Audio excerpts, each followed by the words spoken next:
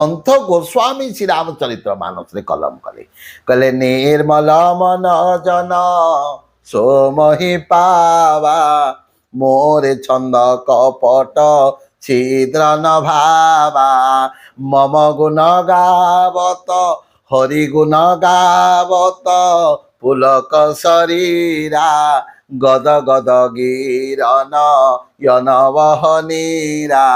दर्शक बंधु जेते बेले मंदिर को जाउचंती जेते बेले ठाकुर पाख को जाउचंती जेते बेले घरे किछि पूजा कार्यक्रम करुचंती सेही समय रे मन भीतर आबिलता कुटिलता जटिलता दुर्बलता काम क्रोध लोभ मद मात्सर्य अहंकार विकार को बाहर कर दियंतु हृदय को शून्य कर दे जदि आमे ठाकुर को पूजा करबा ठाकुर पाखे जदि आमे शरणापन्न हो जिबा एही हृदय मंदिर रे आसी ठाकुर विराजमान करिवे आ ठाकुर को पूजा करबा समय रे मन मध्य केबे मध्य गर्व अहंकार को स्थान दियंतु नाही। जय जय जगन्नाथ जय जय जगन्नाथ जय जय जगन्नाथ।